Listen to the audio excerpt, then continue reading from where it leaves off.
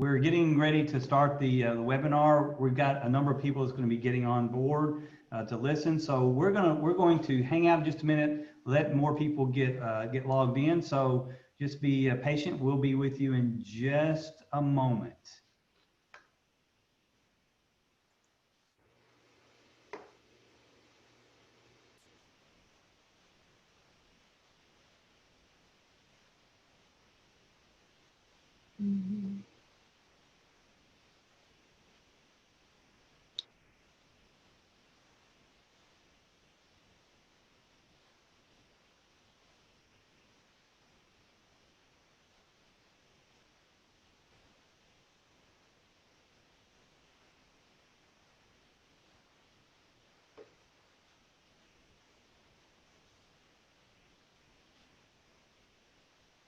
I didn't unmute myself. If you just joined in, we're going to wait another minute or so. We've got a number of people jumping in.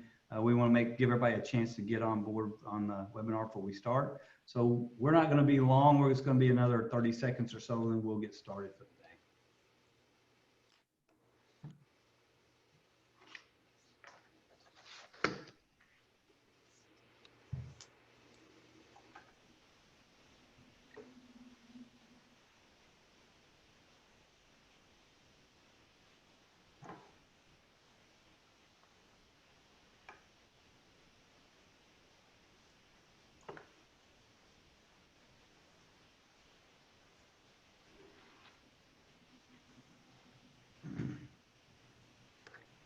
Okay, it's about a minute after, and we're going to go ahead and get started. We will be respectful of everybody's time today. We appreciate everyone jumping in and joining us today on the webinar.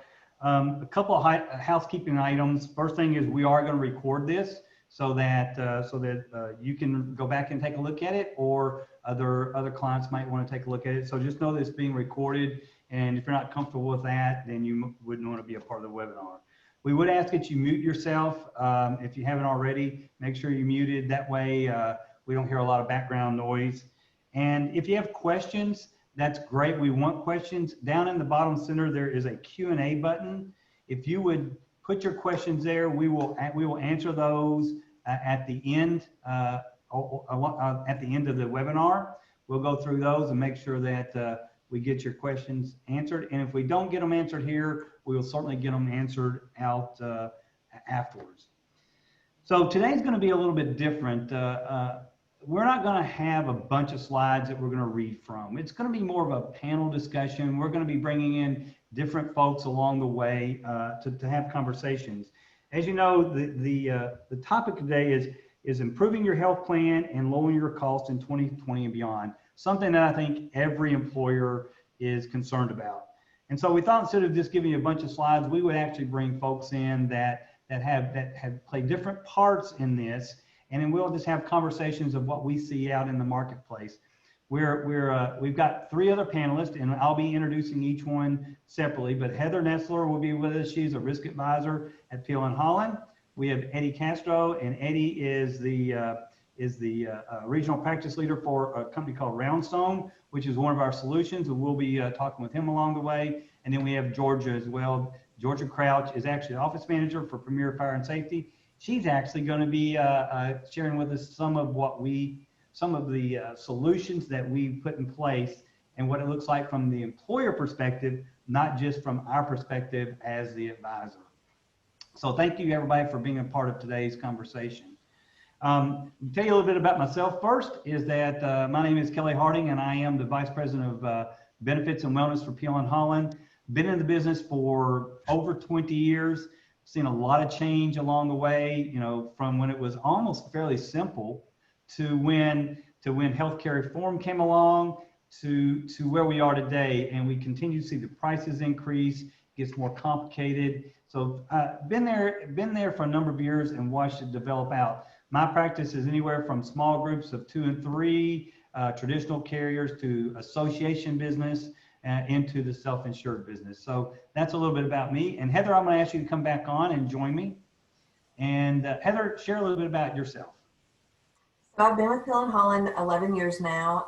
Started out a little bit different focus in the voluntary market, but worked with employers for employee group plans for the last 11 years. And so most of my clients fit right in this space that could be a potential client for this captive solution. And they're ranging in number of employees from around 50 to about 200, Sure. most of mine at least. So that's what I do. Good deal. So let's talk a little bit about what we see our employers struggle with. And we all, I think I can certainly say we all know that our employers struggle with financials, right? The money, how much it costs. But when we look at that, from my perspective, some of the things that I see is especially in that smaller group, under 100 especially, the lack of transparency, knowing what's going on with your plan, what's driving the cost. Did you see that with your clients as well? Right. It's a major frustration. So you can't, you're asking an employer to spend 10% of their budget. Most commonly, that's what the amount is, and not giving them any information about where that money is going. So employers, and understandably so, are very frustrated. Sometimes with us, and it's really just that our hands are tied because the fully insured carriers do not share information very freely at all. So that is a major frustration. You know, I found if you're 100 and under, if you're 50 and under, you get essentially no information. If you're 50 to 100, you get a little bit of information, but not enough to really understand what's going on.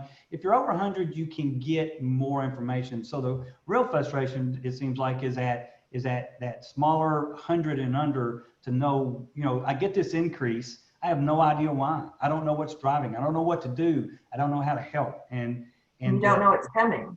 Yeah, so that's one of the most frustrating parts. You can forecast when you have the information, but when you don't know it's coming, it's a different story. Great point. Yeah, if we have data, we can see whether or not we're running hot on our claims, and then as an employer can figure out, okay, we're probably going to have a pretty decent increase. We need to make adjustments for that. And of course, benefits are critically important right now, as we all as employers are trying to attract and retain great employees. How important are benefits now? More than ever. And I think the slide that I was illustrating our benchmarking survey. So this is a survey that we do regionally in Western Kentucky every other year. And these were the top things that employers responded they were concerned with. And the first, of course, cost. Cost is always top of the list because we've already covered it's such a large budget line item. But then second is ways to increase employee engagement. I think that goes back to what Kelly, you were saying about attracting and retaining employees right now is, more than ever. And then also increasing understanding their benefit program. A majority would like for their employees to better understand, and I think more than anything, appreciate the employer contribution and what the employer is doing for the employee. So, if you put that into 3 bullet points, I need to control costs. I want my employees engaged in the process where they may not be today. And I want them to understand what they've got, because we as employers are spending a lot of money on this. And I'm a firm believer, if you don't understand what you have, you don't necessarily always appreciate it. So those are 3 critical points. And clearly our employers through this benchmarking survey is telling us. And anybody that's listening to this, we do this benchmarking survey every other year. We just completed this year. If you'd like to go through that with us, just reach out. We'd be happy to go through. It's I don't know, 75 pages, and it gives a ton of information. We'd be glad to meet with you and go through with you. And it gives you an idea of what all the employers in our regions, the struggles they have, what they're looking for, where they're going. So I think it'd be a great set of information if you want to. So we know that we've that we got employers that are struggling with financials. They don't have the transparency. The employees don't necessarily understand what's going on out there. So what do we do? So in that, historically, we've had really 2 solutions, Heather. I call it one being the fully insured market. That's where we go and we buy our insurance from an Anthem or Humana. We pay our premiums. We have no control. We just pretty much, they'd say, here it is, send your premium in, and you just deal with it. Or on the other side was self-insured or partially self-insured, which was really usually for that larger group. You could have more control, but it was a lot more risk. It was really designed for that larger group. 100 would have been really the smallest. Usually, be a couple of hundred before you really get into that. There really wasn't a place for that mid-market, that 30 to 20 to 30, 40 person group to that 100, 150 person group to really be able to get into some kind of product that gives them the control, the transparency. It really wasn't out there. But in the last few years, we've seen a new product really take hold called a captive. And I'd like to introduce Eddie Castro. So Eddie, why don't you join us? Hey, Kelly. Hey, Eddie, thanks for joining us today. So Eddie works with a company called Roundstone, and he represents a solution for that mid-market called a captive. So Eddie, why don't you tell us a little bit about what a captive is and how it works? Sure. Thank you very much for everybody's time. You guys hit the nail on the head. What we hear in the marketplace, same thing you guys have mentioned, is that organizations, companies are frustrated with some of these things that we've talked about. In fact, businesses feel trapped because they don't have options. They don't have alternatives. So back in 2003, Roundstone was formed, and in 2005, we started the nation's first medical stop loss captive. And again, all this is a self-funded group consortium or group of employers that come together to share in risk. And so this slide really identifies some options that this market has. A fully insured option. Here you have 100% fixed costs. The problem with that is that you have no control. And on those years where you have that good year, the insurance company keeps all the profits, right? Not to say we don't need the fully insured market, because I'll be frank with you, not everybody's a good fit for our type of solution.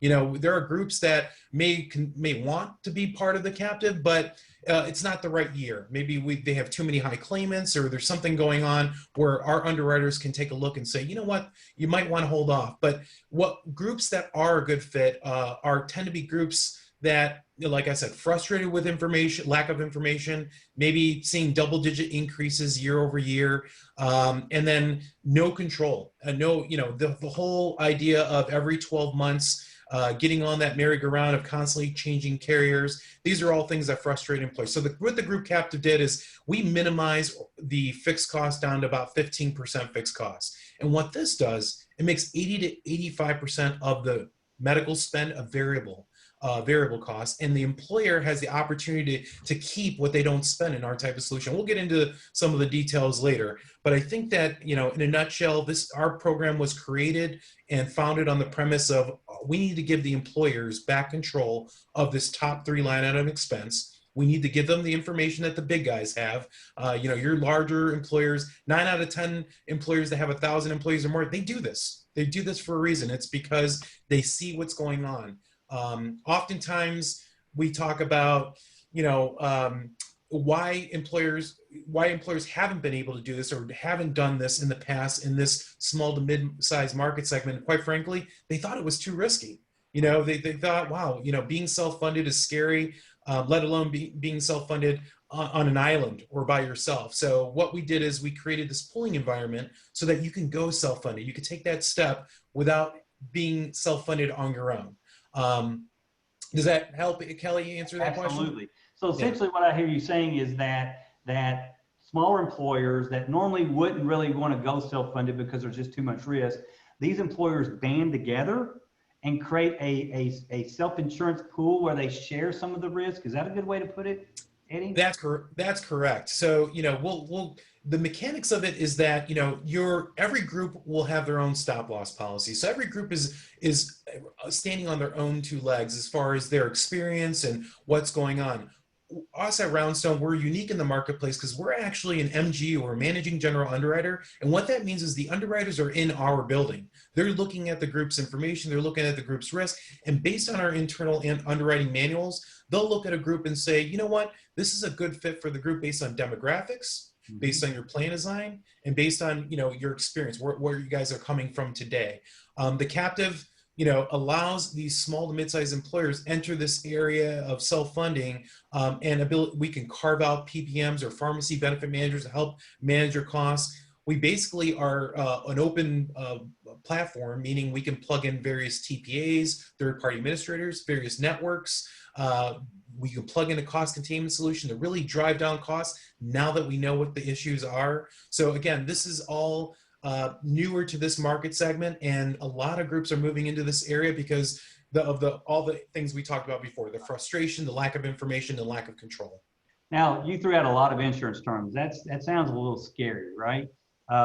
But this is something that between your advisor, which would be us, Peel and Holland, and you, you put together these parts so the employer doesn't need to be scared about all those insurance terms. That we're going to be able to help them put together a plan that's customized to what they need and what their risk is, but still give them all the transparency and the ability to save money that they want. Is that a fair statement?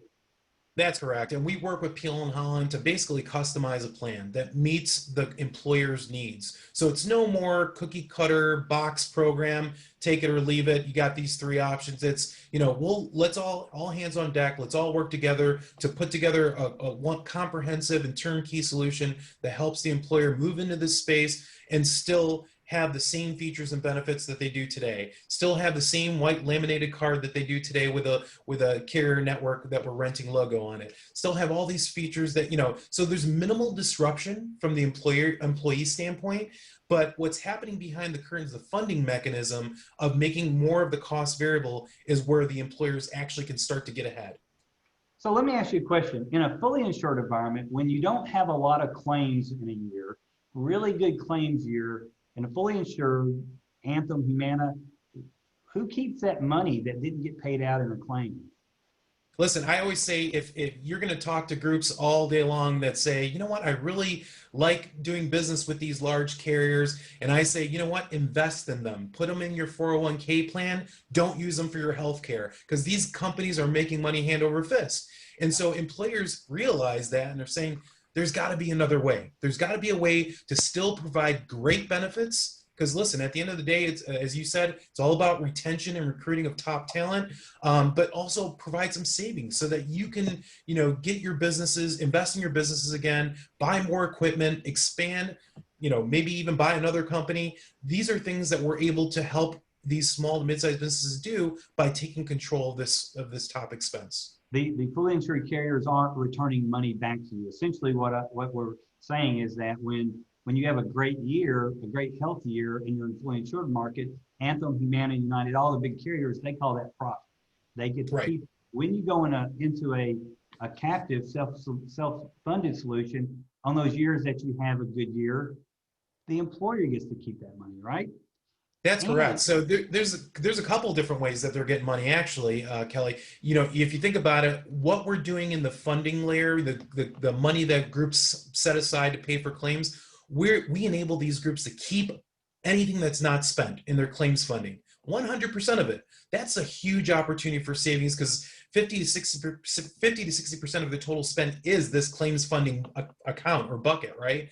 What we're doing unique in the market is what's happening in the stop loss layer or the insurance layer. We're taking 69 cents of every premium dollar and making that a variable cost. And what's not spent in that pooling layer, the captive layer, is given back to our groups pro rata. So it enables them to get back some stop loss, unused stop loss dollars, as well as keeping 100% of what's not spent in the claims. Oh, and by the way, by plugging in independent pharmacy managers to help manage their RX or drug pharmacy, they have the potential to get back some of their rebates too from their RX spend. So these are three ways groups can actually turn a cost into a profit center. Yeah, it definitely will reduce the cost level. And I see lots of groups that are fully insured right now. They may invest in a wellness type plan. They may invest in a number of items that would hopefully reduce their cost and their spend. In a fully insured environment, though, you don't get really the return, because the insurance company, if you drop your spend down because you've done the right things to help your employers be healthy, you're not getting that back as an employer dollar for dollar. Where in this environment, if you reduce claim spend by $1, you actually get that dollar back. Anthem doesn't get to keep that, or Humana, or one of the fully insured carriers don't get to keep that. It actually comes back to you. So it really allows you to invest in cost containment strategies, programs that's good for your employees, good for your company, and you get any return on it, right? That is correct. Yeah, just giving back the control to the employers, allowing to keep what they don't spend, and like I said, getting off that fully insured merry-go-round of every 12 months. Think there's another surprise, right? We don't know what we don't know, and so renewal time really becomes a non-event in these type of scenarios and this type of solution because they kind of know how they're running. Whether you're running well, you know it up front, and if you're running poorly, you also know that too. The nice thing is at least you know, and we have a whole team here at Roundstone. We call it our CSI team, or cost savings investigators, that really dive into the data, look for opportunities of savings, and we work with Peel and Holland and their data management teams to make recommendations to the group and say, you know what, this might be an opportunity for us to implement this cost saving strategy to minimize costs. You can't do that in the fully insured market. Or if you do it, then you're not really going to recoup the money. You don't.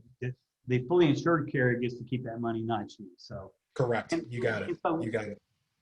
Through all this, I guess what I want the employers to hear is that there is an option out there that will minimize your risk, being self-funded, that is really designed for that smaller, that 30-person group to up to 150, 200, really designed for that group. That allows you to have a lot of the advantages of being self-insured, but minimize the risk. And you'll know exactly what your risk would be in a bad year, but in a good year, you're going to be able to put money back in your pocket. Now, this has all been great because, I'm a sales guy and Eddie, you're a sales guy. Let's bring in somebody that's actually doing this. Let's talk to an employer that actually is doing this day in, day out, living it. So I'm going to ask Heather and Georgia to come in. And Georgia is actually using Roundstone now, and Heather is her advisor. So Heather, I'm gonna let you guys talk a little bit and share the experience that Georgia and her company has had so far. I was actually just thinking, all that sounded really good, but Georgia and I have been the boots on the ground. I would say that it's better to understand from a firsthand perspective what this is all about. And, this wasn't something that Georgia had made this decision lightly. We looked at this, I think, 3 years in a row before it was the right time. And I'll let you just share what made that the right time. Okay, thanks, Heather. Well, as Eddie and Kelly and Heather have all mentioned, the two driving reasons for us as an employer were the lack of information. We were a small group. We have about between 60 and 75 lives that are eligible for the health insurance. So we were actually part of an association group. So we got no information. We didn't know if our claims were coming from emergency room visits or from a really large pharmacy cost. We had no idea. We just knew that here it was and this is what you owe. So we had that. We had the lack of information. We were getting all this information from other sources that said, hey, you need to talk to your employees about reducing emergency room visits. That's how you save money. Or pharmacy costs. That's how you save money. But we didn't know if that's where our money was actually going. So it didn't help us. And then there was the cost shock. Every year, you're 30 days before renewal and here's your price. We didn't know if we were going to have a 10% increase, a 20% increase. You didn't know. You could pretty much bet it wasn't going to be a decrease, but you didn't know how much the increase was going to be. So those were the two factors that really pushed us to look at a captive and start weighing those options. I think the other question that you had and that every employer has had for me that's looked at this is it going to be a lot of extra work? Is it going to be an administrative burden for me to make this change? Well, that is always a question because there's not anybody that has a huge amount of extra time on their hands, obviously. So I won't say it wasn't a learning curve. It was a learning curve for our employees. It was a learning curve for us as an employer. And it was a learning curve, I think, on some levels for the providers. We had been with the same carrier and the same association for probably 10 plus years. So the employees had always had the same carrier, always had the same card. They've been going to the same providers. It was easy. So there was a point where we had to start talking about, okay, this is new. You need to explain to your provider this. Maybe they needed for Peel and Holland or Roundstone to get involved to help resolve a claim. So there was a learning curve. It was a little bit of a bump in the road. Now, I'd say after the first couple of months, when things settle down, I spend more time looking at it than I did before. Before the bill came every month, we reconciled the bill and that was it. There wasn't any information, so you just wrote the check. Now we get information about, when we look at it quarterly, where our most spends were, where we have opportunities to maybe look at some of the claims, that kind of thing. So do I spend a little more time? Yes, but it's valuable time because I'm looking at data. I'm able to have conversations with Heather. Even probably at the 6-month mark, we started talking about things that we wanted to look at differently this year at renewal, things that we wanted to add, things that we wanted to, let's take a look at that, see how that's working out for us. So, and I will also say that we already have our renewal numbers for 1/1. So that as an employer is huge. So now we have almost a full quarter to plan for next year because we already know what our renewal rates are. And that's quite different if you're used to the fully insured environment. As you said, you get it 30, 45 days if it's great. Right. 60 would be amazing. But, and then, yeah, then you go into panic. Okay, what do we do? Yeah. How do we react to this from a budgetary standpoint? Plan changes, the whole nine yards that you deal with in that deal. For me, one thing, oh, I don't want to interrupt Kelly, but I was just going to say one thing that really made a difference. I feel like this year, you know, we didn't know where our high claims were coming from. And, you know, you can't make a difference if you don't know what's causing that. You know, and people are frustrated with formularies and requirements and those kinds of things. But we did find an individual that was not able to get a medication that she really needed because of a restriction on formulary, and she was being steered to what was currently on the formulary for the major medical carrier. So having that information and the freedom to be able to contact your pharmacy benefit manager and your TPA and work together with them and the member covered to find the right medication, be able to make that change for her and improve her quality of life because she was having side effects from the medication that was listed on the formulary. Now she can take the medication that worked for her and be able to make that change. We can't do that with the top medical carriers that are fully insured. We just can't we don't have those liberties. So for me, that was something where we really had an opportunity to make a difference in someone's quality of life. And that's what it's about, really. Ultimately, you know, it's always, price is always important. We know that. Pricing is always important, but we can't ever forget that what we do affects a person's life. I mean, it's their health, their ability to have a happy, healthy life. And so we tend to get, as advisors, we tend to get really focused on the numbers, and don't get me wrong, that's important. I understand we got to be able to afford it, but we also need to bring the human standpoint in. Are we doing the right things for our employees and for their health? And sometimes doing the right thing may be long-term the best long-term bet from a financial standpoint as well. So this gives us the ability to make those adjustments if we need to. Georgia, one comment you made, or Heather made, is that you looked at 2 or 3 years in a row.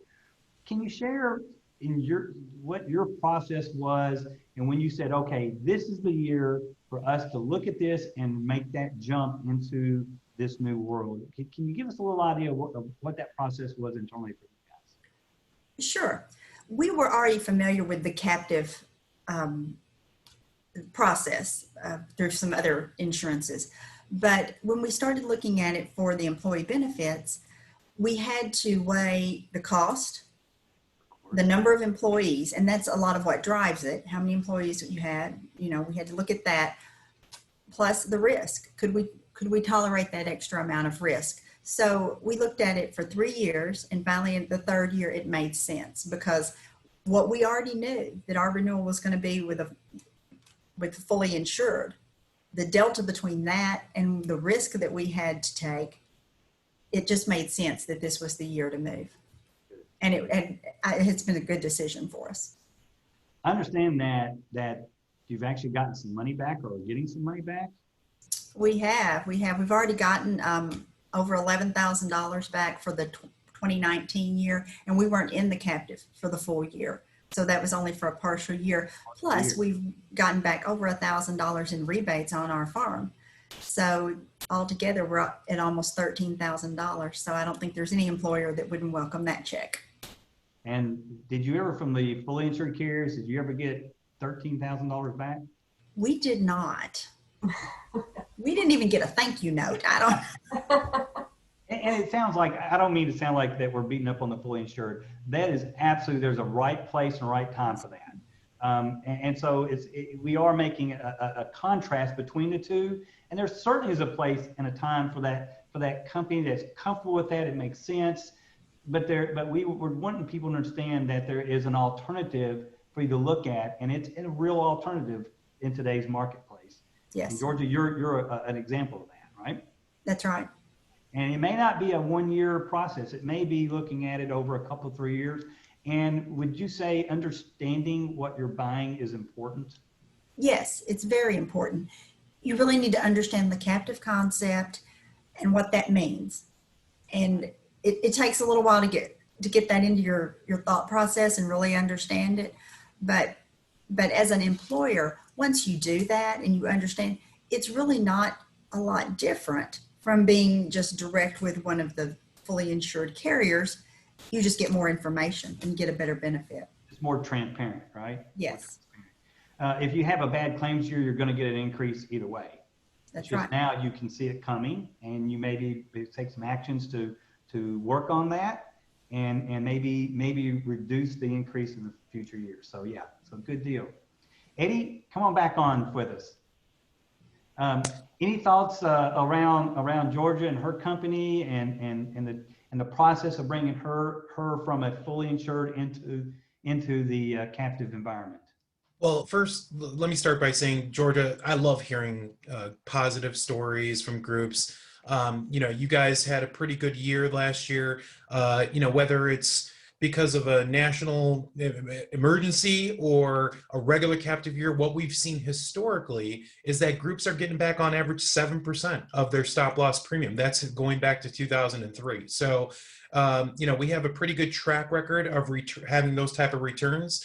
And it's funny, I take calls all the time from advisors and groups saying, we just got a check back from you guys. What do we do with it? And I jokingly say, hey, buy the company some pizza. It's your money. You get it whether you stay with us or leave. We do believe in the long-term strategy. This is something that we really preach. You got to stay in this 4 to 5 years for it to make sense. This isn't something, again, we're looking to get off that merry-go-round, right? I keep referencing that, but this is something you want to stay in for the long term, and you really start to see some savings really building up. We say if you stay in, actually our president will say if you stay in the program for 5 years, your next year is going to be free and a premium holiday, because you should have seen that much savings over time compared to your fully insured renewal and where that would have been had you stayed put. So I just want to thank you for really speaking today and talking a little bit about your experience. I just kind of want to go back a little bit and talk a little about what type of groups make sense for this. We mentioned the sizes. We go down to about 20 enrolled, 20 to 1,000. Once you get too high, you go traditional self-funding. Our sweet spot is that 25, 30 to about 300 space. And that tends to be the growing segment here at Roundstone. Groups coming on, groups that we nailed it over and over again. Groups that are frustrated. Don't think that just because you're having a bad year, that's the year to look at us. If you're having a good year and you get a flat renewal, that could be a good opportunity. That means the carrier's looking at you like they're still making money and not raising your premiums. That's an opportunity we can also look at too, because if they're making money and not giving you an increase, there's definitely room to carve fat off the bone, if you will. So there's always opportunities for various size groups. A good mix of families and singles, and it doesn't matter the industries. Our captive pools are very heterogeneous, just meaning different industries, different sizes. So it's about 77,000 belly buttons that you'd be joining, over 400 different employer groups. So these aren't small pools either. These are pretty sizable pools, and everybody's all enjoying the benefit of self-funding, but again, not self-funding, not by yourself. Spreading that risk out. So you made a comment about when's a good time to look. If you get a 0% increase, I think it'd be a great time to look, because for you to get a flat renewal from a fully insured carrier means that you had almost no claims. And that meant that within a year, you would have put a lot of money back in your pocket. So I would challenge you the same thing, Eddie. I would challenge anybody listening to this. You know, don't wait until you have a bad year to go, gosh, I need to look. In the good years is a good time to look, because those are the years you're going to put money into savings. Now, let's be realistic. Let's be realistic. George is on here.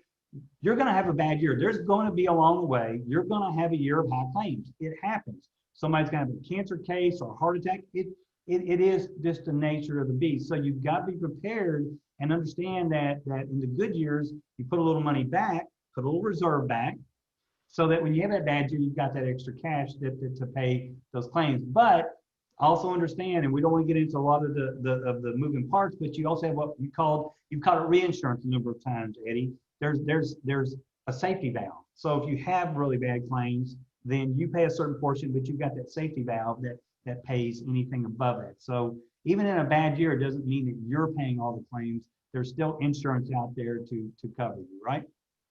That's correct. Yeah, you always have that umbrella coverage. So bringing us down to the end, I would say that there's a couple of items that I would want anybody listening to this that's considering it is certainly look at it in a good year or a bad year. It's not right for everybody. Okay, this is not a solution. We don't want to put this out here and say, well, everybody should join a captive, because that's not true. It depends on your company and cash flow and risk and the amount of understanding and time you want to invest in it. There's some things you need to do to think through whether this makes sense. Now, it certainly probably makes sense for you to explore it, but if you decide it's not right for you, that's okay, because not every account needs to be self-insured or in a captive. Is that a fair statement? Would anybody disagree? Georgia, would you agree with that? Okay, Georgia agrees with me. So take a look at that. Take a look at what a captive looks like. Second thing, and this is one thing that I'll tell you, I will tell my clients, you never buy something you don't understand. If I didn't do a good enough job of explaining it to you that you can explain it back to me, you do not need to buy this. So when you're looking at not just a captive, any kind of alternative insurance plan, make sure who you're working with takes the time for you to understand it front to back, so that you understand the moving parts. So when there is a question, you can make sure that you understand the moving parts around it and how to react to it. So those are a couple of items. We do have a question. It says, Georgia, was it hard to get your executive leaders on board with this? That's a great question. How did leadership at your company, how did they approach this? Really wasn't a hard decision, because once we got it down to the part where we were just looking at the numbers and the risk versus the cost, it wasn't a hard decision. And as I said, we were familiar with the captive concept, so we understood what we were getting. But I think it can be a challenge for people who are not familiar with that concept. They really need to understand, what they're buying, as you said, and then it's just like everything else. Then it becomes a balance between the risk and the reward. Good deal. Thank you. Had another question popped in. It is actually, this is for Heather. It says, are there other companies in the area doing this? This particular company only has about 30 employees. They don't have a full-time HR person. Do you have other companies that size that are using this concept? We do have other companies that are using this concept without a full-time HR person. My question would be, do you have someone else, an owner or someone on the finance team that could be the champion there? Georgia, wouldn't you agree? There needs to be a person that's understanding the plan to take charge of it. There does, because with the transparency and the additional information, that's a key tool that you need to have somebody that's looking at that, so that throughout the year you can have the right conversations with Heather or whoever your representative is to plan for the future. If you get the information and you don't do anything with it, then you're losing a lot of the value. Doesn't have to be the HR hat. Georgia has a lot of different hats, but HR is one of them. so it doesn't. It there. It doesn't. So I had another question popped in and was asking about, is this just for corporate type accounts, or could governmental get into a program like this? And I'll actually answer that, because I actually have 2 governmental entities now that are part of a captive. So, Georgia works in the corporate world. but this can certainly reach across into the governmental, city government, county government, quasi governments. We work a lot with government entities within Peel and Holland, so it is broader than just corporate, so it can fit for other types of employers. Another question was, what does this look like for my employees? Will they push back on it? That's a great question, Georgia. Well, I think any employees, there's going to be a little bit of pushback because there's change.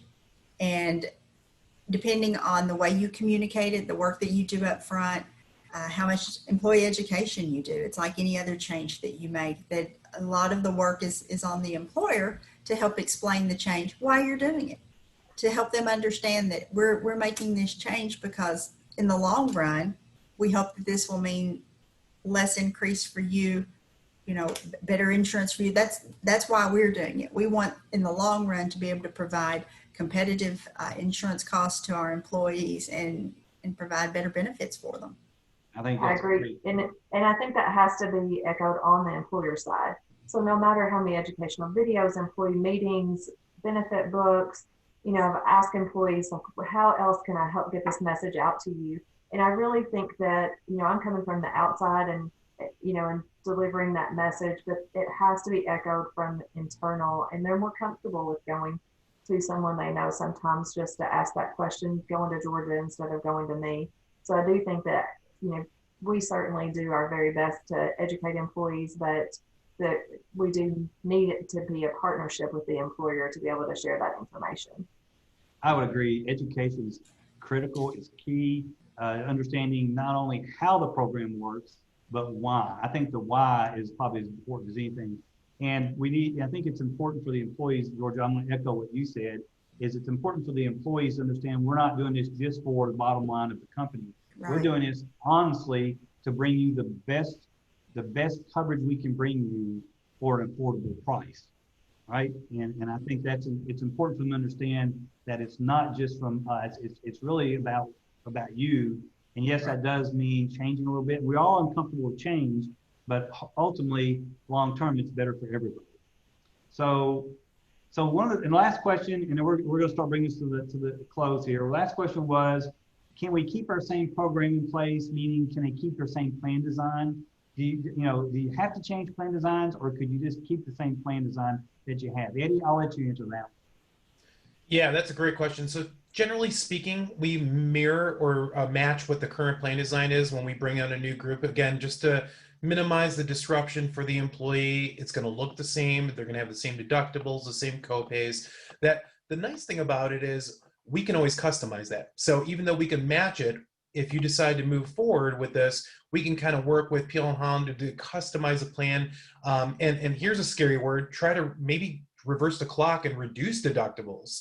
If there is a couple of years of savings, you start to turn back the clock a little bit. And that's where things start to get fun again. Because it's like, okay, now it's not just we're looking at, cost share again and raising deductibles and how are we going to afford it this year and how are we going to tell our employees that the cost just went up again. Now it's starting to, again, turn back the clock and look at potentially changing the plan to make it even a better benefits offering. So that's to answer that question. You don't hear that very often, do you? Yes, you can keep your plan design. In fact, we may be able to make it better, because you're right. Usually we get our renewal, we figure out what we're going to do, and we shift the cost of the employee by saying you're going to pay more, and oh, by the way, the plan's not as good. So hopefully, if this works out, you can at least have the same plan design. And if we all are in this together, and if the employees understand it and will buy in to help us save money, then maybe we can make the plan even better than what it is today, a little more rich. That would be great. Well, I'm going to start bringing us down to an end. We appreciate, Georgia. You just don't know how much we appreciate you spending your time and sharing your experience with us, and Eddie and Heather. So really the question is, what happens next? What if we're interested in it? We want to look at this. Well, the best thing to do is just reach out to your advisor at Peel and Holland. You can reach out and you can call me. I'm happy to talk with you.